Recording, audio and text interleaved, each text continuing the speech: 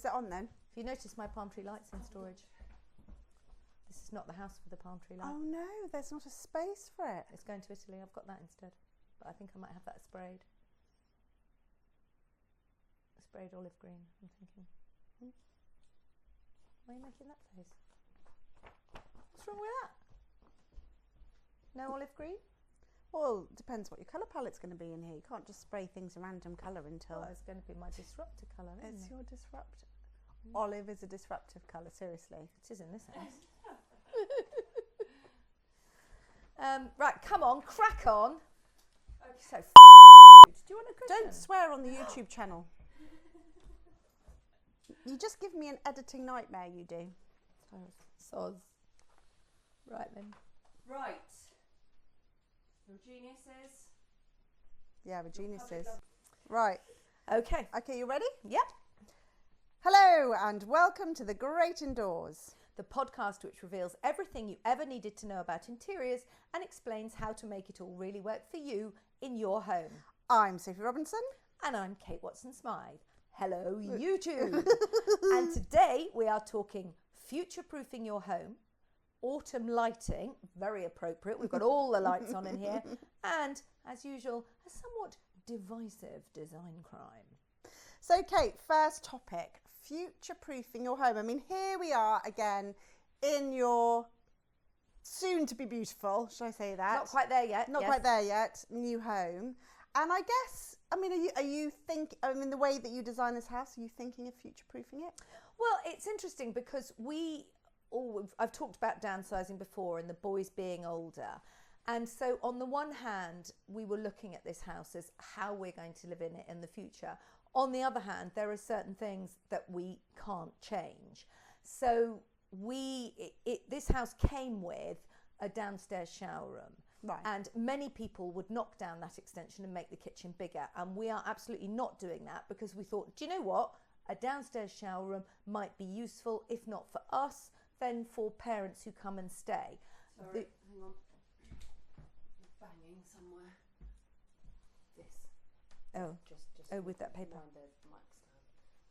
And just bring it a little closer to you, Sophie. It's like an assault course. Where can I go back to? Okay, so this house came with a downstairs shower room. All right. This house came with a downstairs shower room in a little extension at the back. And I think the estate agent thought the plan would be to knock that down and build into the side return and have a much bigger kitchen. But we thought, actually, I want to keep the downstairs shower room because partly getting older can be useful, and it has a shower, it's not just the downstairs loo. And also if parents come to stay. So that felt like a really useful, sensible decision about getting older and future-proofing. Of course, the bit where it doesn't work is that in this particular house, in order to get to that downstairs shower room, you have to go down 3 steps to get into the kitchen. So it's not entirely perfect, but I suppose we have started thinking in that direction. And, there are certain things, that is definitely something that it's worth considering. So we'll hang on to that. In other senses, perhaps not so much. This is not a house where the doors are wide enough for wheelchairs. We are not going to widen the doors for wheelchairs. So I think what we're going to do is work with things that present themselves to us in this house, but this may not be the house where we, are proper old pensioners. The one we have taken into account is the windows. So we knew the windows were a bit ropey from the survey. You've got your sort of like sash windows. We can see them. Original sash us, windows. yeah. They're very beautiful with a curve, and we thought they were so pretty. There were horrible plastic shutters in front of them, but that's a decorative story. And so we had thought, we know windows are expensive. We thought we'll give it a couple of years. We can manage until then because it's a big outlay. And then when we moved in, we realised quite quickly that a lot of the cords on the sash windows have been cut so they don't open, or they have been painted shut, so we can't open any of them. Suddenly it became more urgent. So we looked at restoring the windows. So the window man came around and we said, well, we could restore them. And he said, we can absolutely do that. He said, it costs half as much as replacing them. So we thought, brilliant, we're in. And then he said, but you'll have still spent thousands of pounds and you'll still have single glazed windows. At which point we thought, do you know what, we can't do it. You know, we have to now invest. Actually, this is not an investment in our old age so much as an investment in the planet and energy saving. Which well, also obviously yes, we've covered, but also, you know, you're right. It's not all future proofing. Isn't just about managing disability. It's also managing the fact that this is a house that has to function for the next foreseeable. And I think if you're going to be in somewhere for the long term, which you plan to be, making sure it's draft proof, insulated, warm, isn't going to spank loads of your precious pension on energy bills. Now's a really good time to make sure that you do put in that extra insulation or draft issues or efficient windows and things. I think that is part of future proofing now. I think it's a lot more on our radar to do that. Yeah. Not just to save on energy, but to, like you say, be more in line with the environment and not wasting fossil fuel energy. And again, in the last house, we had original floorboards, which we loved, but oh God, they were drafty. I mean, the wind used to whistle up in my office. I used to get really cold on the backs of my legs because the draft would come up through the floor, up the backs of my legs and up my trousers. And somehow rugs didn't stop it. So, you know, this house already has and I think as you age, you feel the cold more too, right? This is true. This is true. But as you say, it's not necessarily just about energy. I looked into this earlier this year for a piece I wrote. And the sort of stat, you'd like a stat? Oh, stat queen, jingle! So 80% of people say they want to remain in their own homes as they age. And 1 in 5 over 60s want any new home they buy to be future-proofed. But only 9% of British homes meet the basic standard of accessibility, according to the Centre for Ageing Better. So, and that basic standard means, you know, level floors, wide doorways and hallways. So again, that's something that new builds can get into because they have wider doors and they might be more on the level. It's much harder if you live in a period property. Well, you know, interestingly, 7 years ago, we bought our home with my mum and we built her a purpose-built annex next door. And it's absolutely that. It's one level living. Yeah. It has wide access points. It was interesting actually when we have a friend who's an architect who kind of helped us, you know, knock around ideas. It's a 2-bedroom annex. And he talked about trying to create 2 bathrooms if possible, because he says, you know, if your mum ever needs a live-in carer, it would be good if the spare room had a you know, ensuite.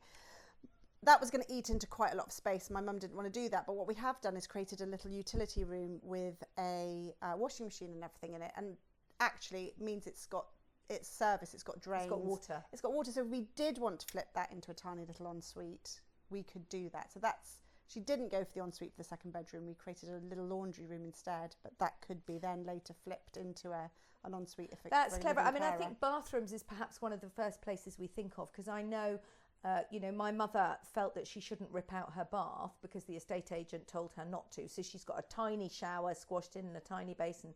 She's not had a bath for 20 years because she doesn't feel comfortable living on her own, climbing over the side of a bath. Yeah. And that's another thing to think of. So again, I spoke to Ed Warner, the founder of a company called Fine and Able, and they specialise in accessible designs. For bathrooms, and he said, you know, we do think of the bathroom first. So one of the easy things is if you're installing a shower, have a flush fitting shower tray, and then you don't have to step up into a shower, getting rid of those because that's hazards. an immediate trip hazard. Absolutely. But one of the other things he said, which I wouldn't have thought of, and I think is a good idea, is before you tile the walls, if they're stud walls, reinforce them with plywood, and then they'll be strong enough if you need to add a grab rail. And you could perhaps, you know, if your shower is big enough, put a seat in the shower, which again, you might just use it for several years to put the shampoo on, but it might be fun for small children or when you're getting older. If you put one of those in our shower, Arthur would never get out. Well, there is that. Yeah. Spends hours in the shower as it is already. If I put a seat in there, literally, there would be no hope. So Yes. I don't give him Maybe that idea. don't do that option with the seat. But it's interesting when you start to look at that, you know, that's a relatively simple idea that you can do, and it's strong enough if you need to adapt things later on. And the other one, which I think comes up sorry, my phone is just buzzing at me. You're supposed to have it on airplane, Kate. I know, but it's still, I had it on airplane earlier and it didn't stop. But then, and on do not disturb then. Oh, I don't know how to do that. There we go. I'm on airplane. Right. No, I was on airplane. Sorry, there'll be a small hiatus You're having while WS tries to sort her tech out. Right.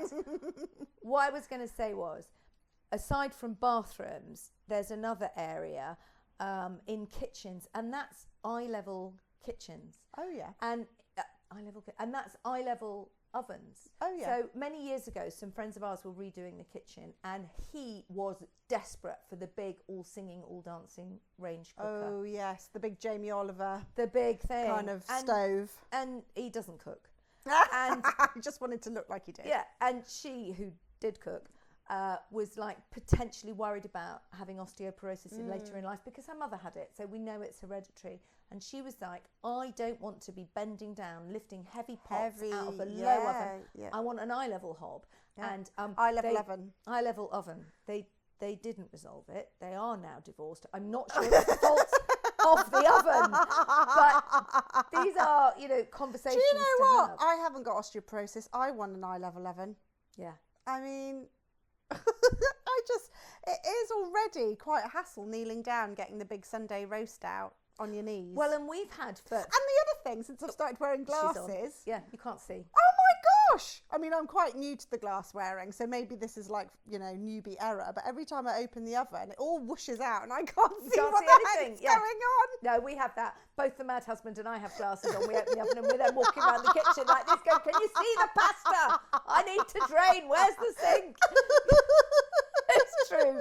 I think that, that's a good idea. Yeah. The eye level. Not that I'm going to have one when I do this kitchen. I would, you see. I don't know if I've got room. I've gone a bit style over substance, but I like the idea.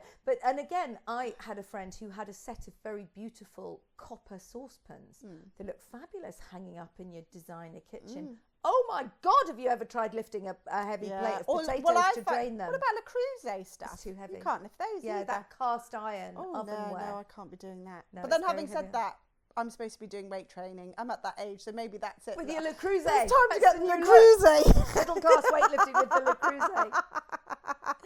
The other thing, which actually has almost been a trend, but there's a point to it, is we've seen a lot of kitchens recently with glass cabinets on the wall. There's been a lot of fluted glass and frosted glass. That, yeah. And I spoke to, for this piece I wrote earlier in the year, Elaine Fraser, who did a course in dementia studies at Stirling University. And she said, one investment that will pay off is putting glass cupboard fronts so you can see what's inside. And that helps with later memory problems. So maybe you don't have the sort of fashionable fluted glass, but clear glass so you can see what's going on. And I thought that's really interesting, because that is actually a trend that pays off in later not on years. your Tupperware cupboard though. I don't want glass on your Tupperware cupboard. Well, I tell you what though, when we were designing Mum's kitchen, my mum is 75 now-ish, I think. Sorry, Mum, if you're listening. Could be 74. I hope I'm not making her older than she is. I think move on. Mid-70s. And we put in deep drawers for like plates and bowls and pots and pans and everything, rather than cupboards, because again, it's much easier to glide out a deep drawer than it's like the oven, getting down on your hands and knees, and peering into the back of a cupboard. So, and also drawers is another really fashionable thing in kitchen design. I mean, obviously they're more expensive than just having a door on a cupboard, but I think that does pay off later, because yes, you can absolutely much more accessible. Yeah, it's really interesting how just trying to project yourself a little bit into the future and how you might want to use the space. And I think kitchens and bathrooms are two of the key spaces that it's not, if you're redoing them, it's worth spending a bit of time thinking about how you might make it work. And I know we spoke about this, touched on energy, I think, in a recent episode when we spoke to Tom, the builder husband, and he was talking about installing a charging point for an electric car, because very few of us actually have electric cars at the moment, but there may come a point when more of us need them. And I think you charged yours through the kitchen window for quite a long time, didn't you? I feel that can't be very I don't efficient, recommend. No, it's not particularly burglar-proof way of charging your car either, leaving your window open all night.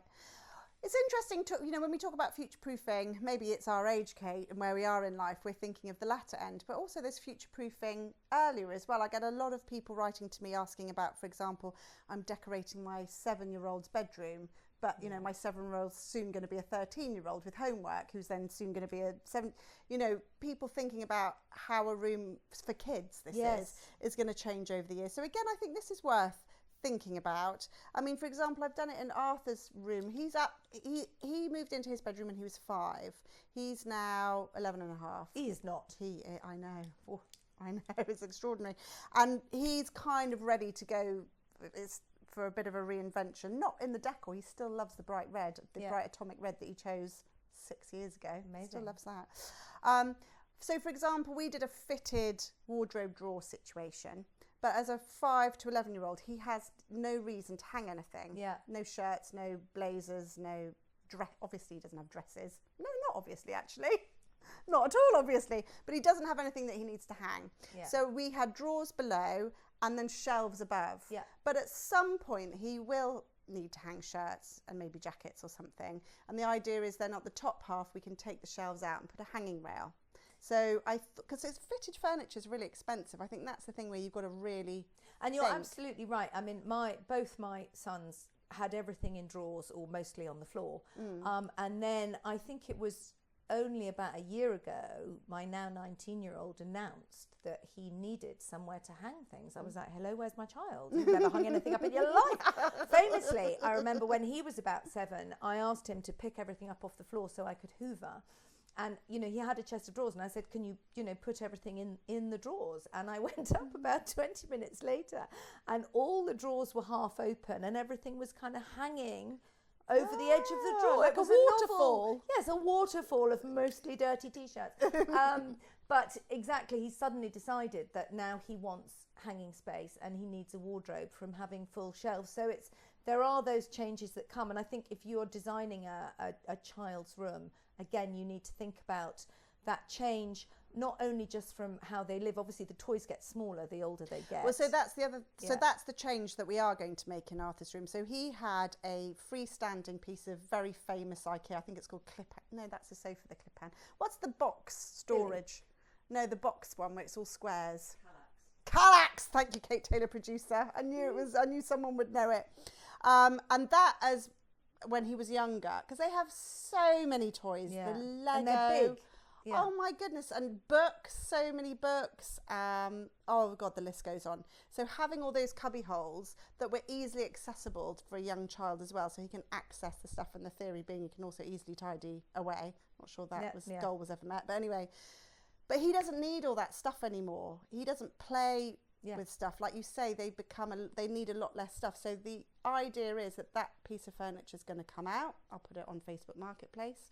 Someone will love it. And he now wants a desk situation and probably some drawers for a few bits and bobs. So I'm glad I didn't do fitted storage for all those cubby holes. That was a freestanding piece of furniture, not very expensive, that can go. And I might do a fitted desk because that will probably be something that will last him all the way through then. Well, we had for years, my elder son had, again from IKEA, 2 trestles and one of their sort of desk things on top, and the idea being that he could move it around if he wanted to, and he did actually move his room around quite often and put that in different places and swap it with the bed.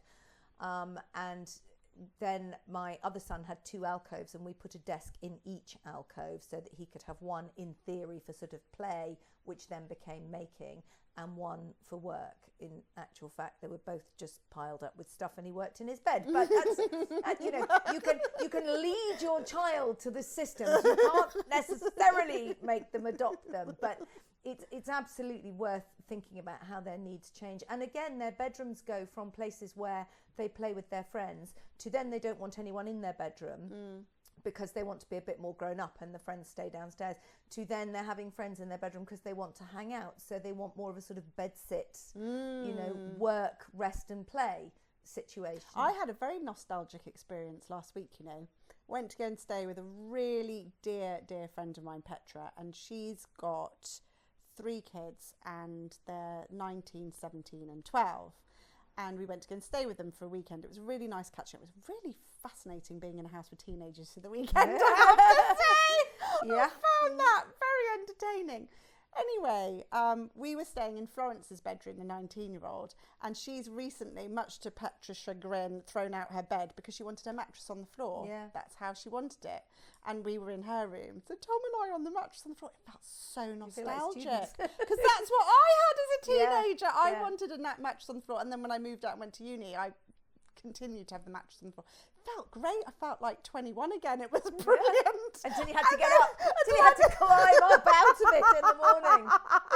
And she had like the clothes rail with all her clothes on, so they were on display. Oh, it was brilliant. I thought, the open storage is interesting because, you know, they spend, you know, the clothes are such a form of expression. So, you know, my younger one likes open storage because he's buying cool trainers and spending his money on T-shirts, which are an expression. He doesn't want them hidden away in drawers. Interesting. But the other thing where I slightly went wrong with my older son was we did his bedroom. There's often sort of markers. So you have the baby room, and then when they go to what you call big school when they're 4 or 5, you know, they want to change, and they often want a desk. They're never going to sit at the desk, but it's like, I'm going to big school, I want a desk. And then there's a change again, which I think Arthur is coming up to when they go to secondary school, which is when they start to perhaps, you know, they don't want the Lego visible, but even if they still play with it, they don't want anybody to know they've got it. And then it comes into sort of hardcore teenage den. Yes. And obviously boys particularly have a massive growth spurt at around, you know, 12, 13. And we had just moved into the last house at that point. So my son had his original bed, which was a single bed. And then we redid his room because we just moved into the house and I didn't think about the bed. All his friends had these massive growth spurts and all went into double beds. And he didn't because we just bought him a new bed, but it was a single. And so he then waited, and he was about 17 before, and might even have been 18 before he got a double bed. I mean, it's not that he needs a double bed, but there's a kind of, they get to an age where they want more space. Yeah, particularly it's boys. true. If you've got boys who are 6 foot, a single bed is tricky. I don't think me and Tom are going to create a 6 foot. I haven't created a 6 footer either. But it's, you know, it's that if Arthur's 11 and a half, it's worth suddenly thinking, actually, if I'm going to redo his bedroom, do I get him a double or a small double bed now, or do we do it again? I've pipped you to the post because actually I think it was a couple of years ago. He had a kind of like, it was a very small single. It was kind of like his toddler's bed that he got after the cot. And he was beginning to complain that was a bit small. Yeah. And I thought, I'm not going to get you a bigger single because I know this is coming because I've seen my other friends' kids. They all want the big bed. But his room, in my view, isn't quite big enough for a double. So I got a small double. They're not easy to find. No, they're not. And the bedding is really hard. Well, he's just... Oh no, it is. You're right. The fitted sheets are hard. One of mine who had a big bedroom in the last house has got a standard double, not a king, just a standard double, and the other one's got a small double. And actually, in this house, one's got the bigger bedroom than the other, so they've swapped. But finding the bedding has not been so easy. I think I get them from John Lewis. But you're really stuck. It's like just white fitted sheets. You don't get any choice. Yeah. But yeah, that's what and they're not easy to find, the mattresses and the beds. But if you get one, I think that it's a really good compromise for a child's room that doesn't always feel big enough for an adult. And you've got then room to put lots of cushions on it, so you can create a sort of like day bed, sofa bed look, which also, you know, if you've got a child who might make their bed and straighten those cushions, that looks quite inviting when their friends come around. If you've got mine, then their friends just come around and sit on the unmade bed with their trainers on and, you know, drink the beer, and it's fine. It's a more bohemian kind of way, but you know, it works for them. Their room, their rules, I guess. Yeah, pretty much. But everywhere else, my rules. Let's be clear. So yes, I think there's easy things you can do, but I think whenever you decorate now, again, whether you're conscious of saving energy or saving money, just project yourself a little bit into the future and think, how might my needs change? You know, do I need to alter something, and factor that in? Lovely, very nice. I'm channeling Blanche Devereaux in the Golden Girls when I project what my future house is going to Do you look know what like. was so shocking? I'm going to have all my girlfriends move in with me, and it's all going to be pink and shell-shaped. Do you know how old beds. Blanche Devereaux was? No. I looked this up on the Golden Girls because I used, you know, my mother watched the Golden Girls, and obviously, as far as I was concerned, they were retired women who were in their 70s and 80s. 55. Okay. They were only meant to be in their 50s and 60s. Don't you think that's extraordinary how times have changed? Yeah. That I think Blanche particularly, I'm not sure she was even 50. Wow. I mean, it was really strange. It was projected as this, they were all retired. They were all retired. Their husbands had gone. And but they, you know, they were young. There you go. That is interesting. Right. Let's go on to the next one. Oh, we've got no script in here. So lead us into it. Time of year. if you have your glasses off, put them down. Oh, sorry, rather than doing this. Okay. Okay. Right. Lead us in. Can you? Do you want me to Yeah. lead us in? You So next topic that we're going to... Sorry, start that thing and put those down. So next topic we're going to talk about is autumn lighting. It's just a perennial. You know, when I used to work on magazines, November would come in and we were doing features on wood burners and fireplaces, and we were doing features on autumn lighting and making your home feel cosy with lighting. So I thought, come on, let's just written wheel one for the it Sunday out. Times. Have I mean, you? it does. You're right. It does come round every year, but it's the clocks go back, don't they? And suddenly it's all over. You're plunged into these dark days. It's really nice, actually. I was visiting a good friend who lives out in the sticks last weekend. Took the kids round, just went round for tea and cake and a good old catch up. And she doesn't have any overhead lighting, and it was daylight when I turned up, and by the time I left it was pitch black outside, a bit like what's going on out there. I mean, we've got your overhead light on here because we're working and we need to be able to This read is our leaving. scripts. Make the most of it. No, I 'cause know. As soon as That's- the electrician comes back, that is going. So that is not autumn lighting, is it? No. Full on. But this sort of thing, by the time I left, the whole house was really dark and cosy because they hadn't got very much lighting on. Yeah. And I loved it. It was so It's really, atmospheric. it's all about the atmosphere, isn't it, at this time of year? I've got a friend, and this may well come up as a future design crime, but she's a Swedish friend of mine. So she's all about, you know, I know the hygge is Danish, but she gets it, you know, it's instinctive. And I remember going, for years, you go around to her house in November, and she started to just put fairy lights up. And I've been like, it's too soon for Christmas. I do not want to see these fairy lights. And she said to me, and it really gave me pause for thought, she said, do you know what? The winters are so cold and dark, and sometimes you don't want all the lights on, but it just might add a bit of warmth and coziness. She said, I'm not doing it for seasonal stuff. I'm doing it for atmosphere. And it made me think, whether you want fairy lights or not, what we do need at this time of year is more lamps. So I think there's a real... Well, it's actually more lamps, but you're actually talking about less light. Yes. It's not about putting on all the spotlights, all the overhead chandeliers and flooding it with electric light. It is about creating this low-level, cosy lighting, which you get from lamps from rather having than lamps. Yeah. So, but I also find, you know, you might have a lamp that you don't use at all in the summer because you just don't need it in that corner. So maybe you move that into a different room. But at this time of year, you perhaps need an extra lamp to bring into the room. So exactly that, you can have different lamps at different heights. Yeah. And the other thing I think is, you know, lampshades, changing a lampshade is a really good way to change the decor a little bit.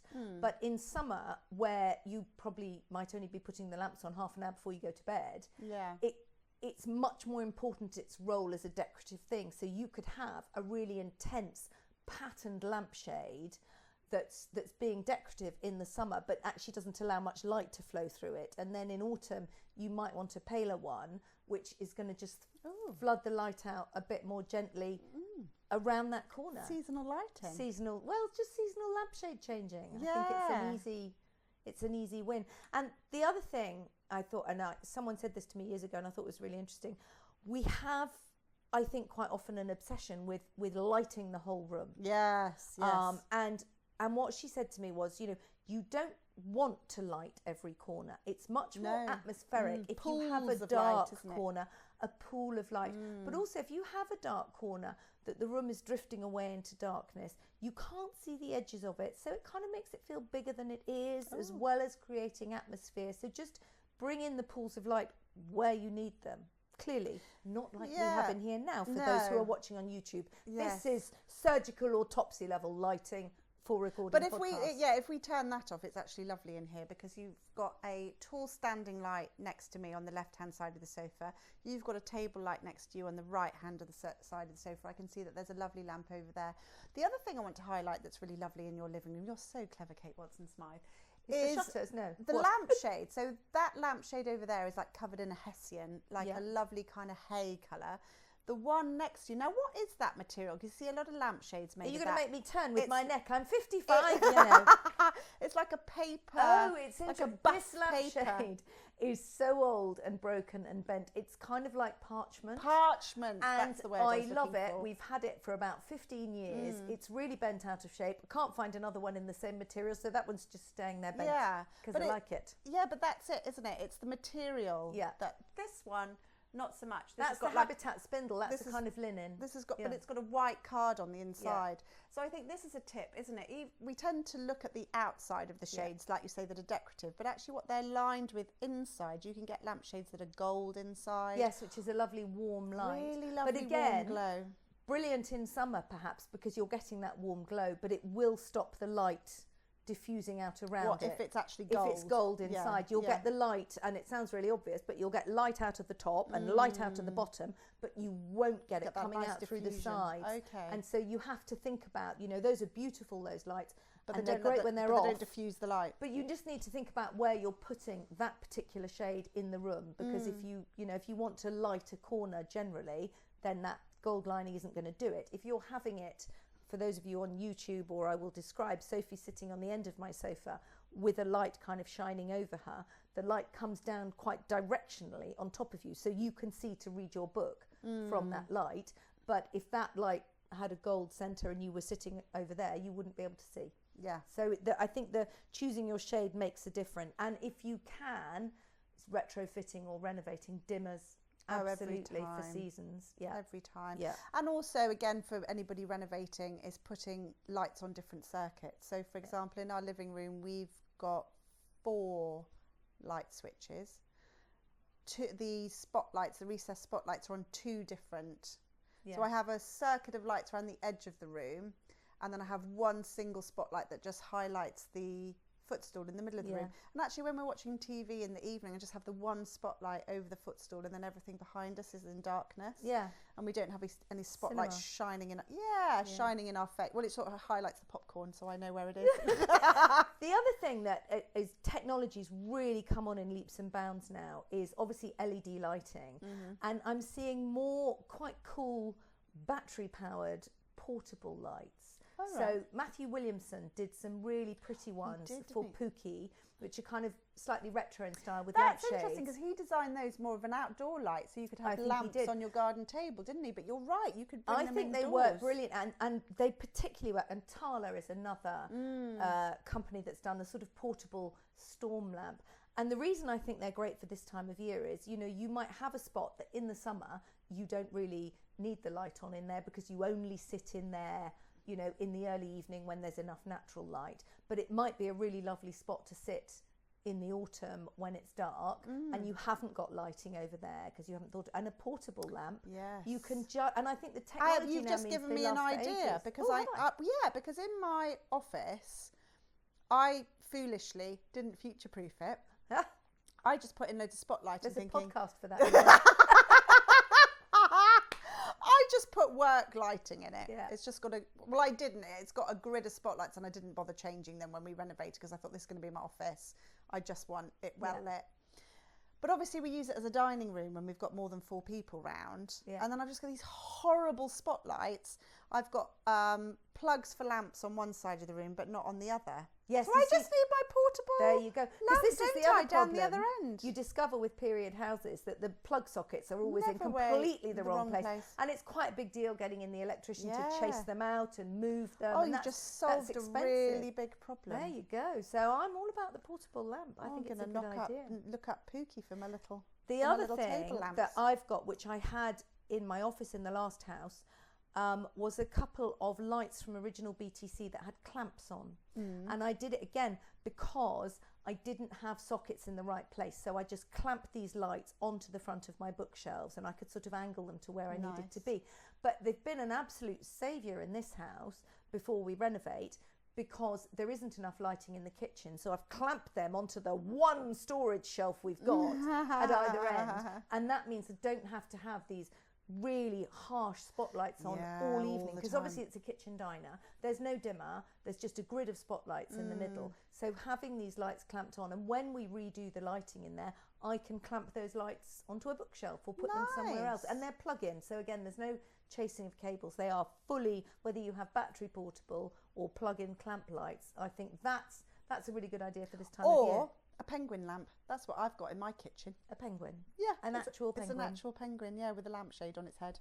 Okay, as you do. Well, I think, well, that's it. I think a lot of people, when they're planning kitchen lighting, it's just like practical, practical, practical, practical. Yeah. Strip lighting here, Yeah. downlighters there. You need your chopping area to be really well lit. You need to really light, that's the thrust. And then, like you say, if you've got a dining table in there, you just feel like you're sat in a fast food restaurant, don't you? It's horrible. Yeah.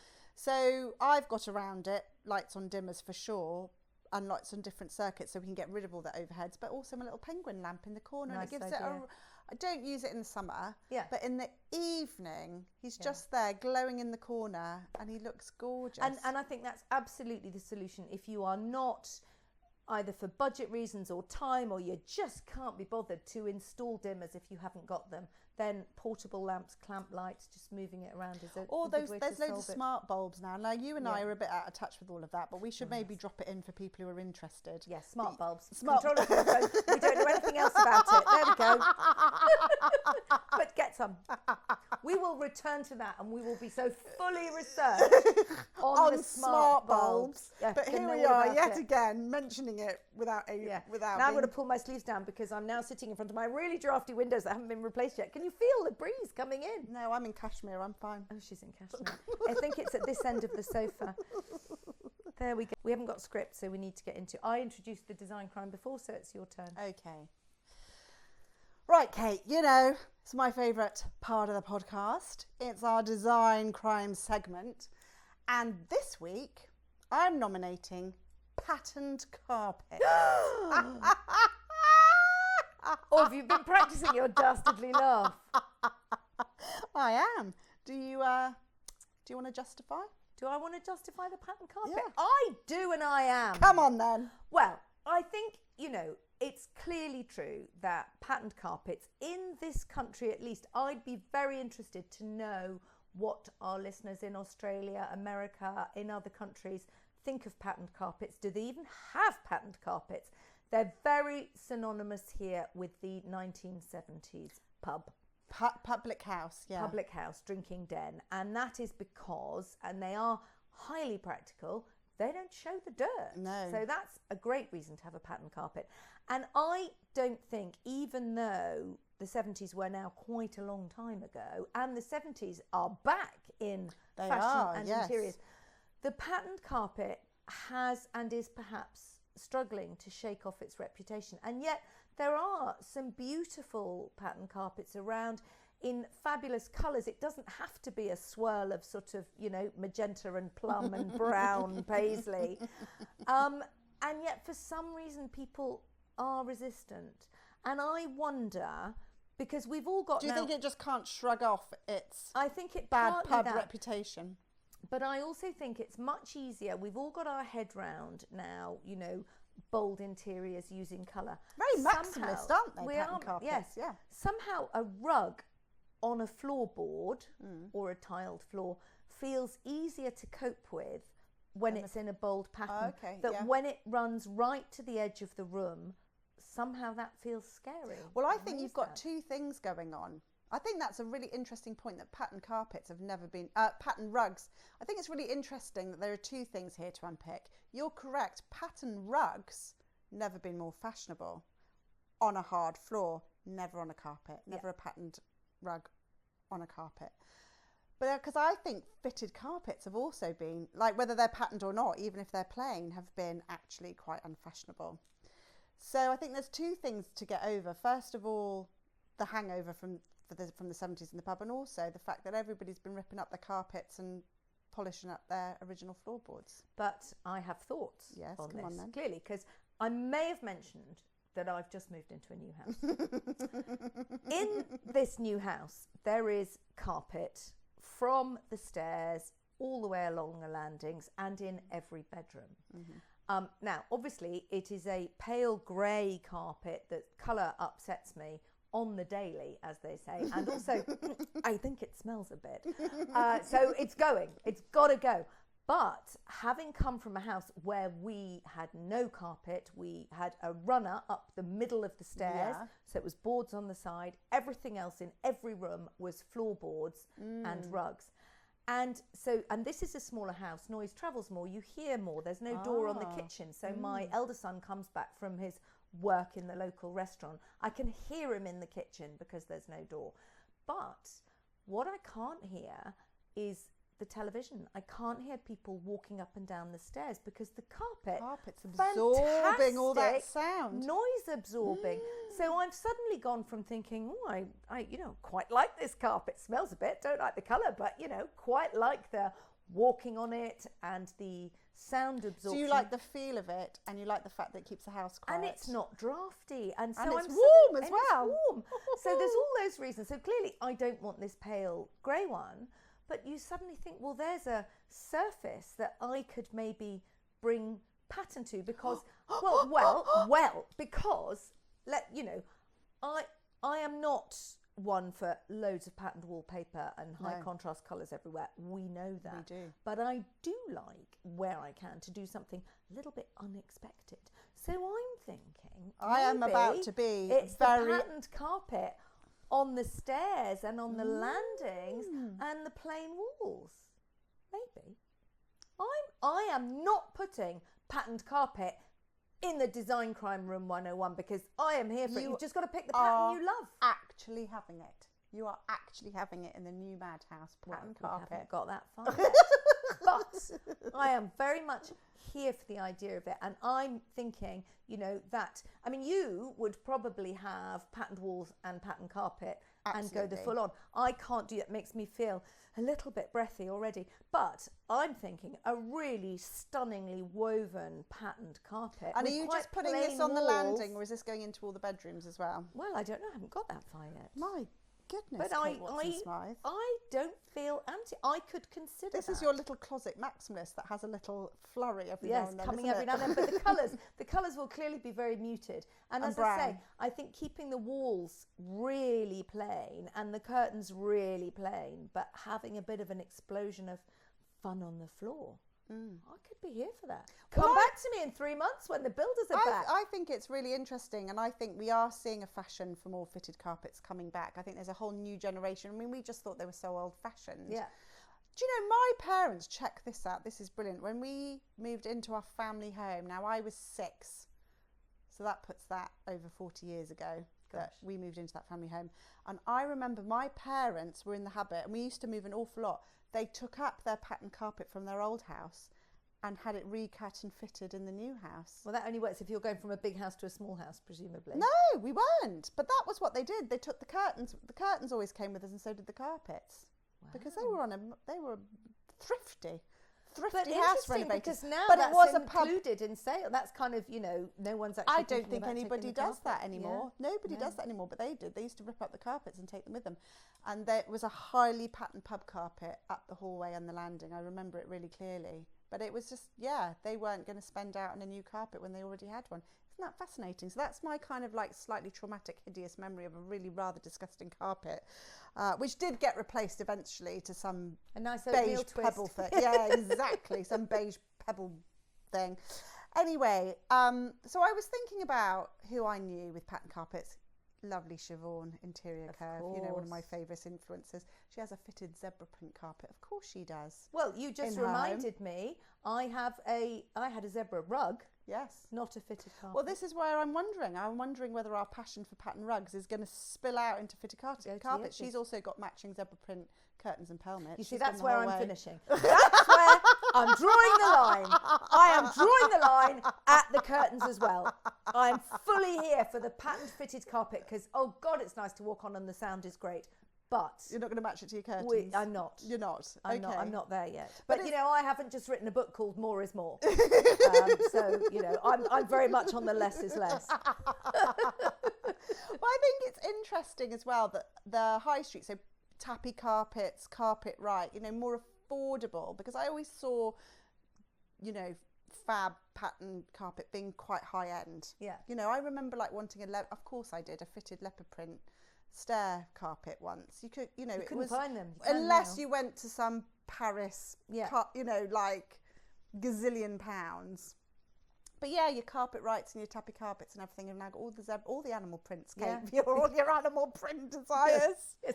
I think There's I some might quite- just hold on. We were all good with the pattern carpet, and now I'm swerving back in the other direction. Or, you know, even like a simple stripe. So, for example, Carpet Right again, they do a really lovely, it's almost like a ticking stripe.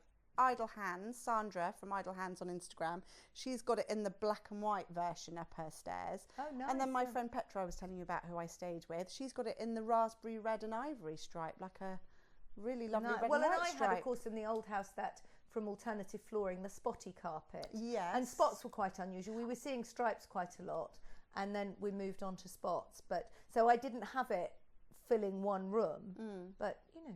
Yeah, Alternative Flooring, you've got really, Margot Selby's done a collab Yes, with they have them. They've got beautiful sort of, lovely. that's a Fair Isle pattern, isn't it? Which is great because that's really unusual actually for a carpet. It's not your sort of standard stripes and spots. And I've got those patterns in my own home, but I've made them into huge area rugs. So I've got about 30 centimetres of sisal that you can see around the carpet, and then I've used the pattern carpet and had it bound into a rug.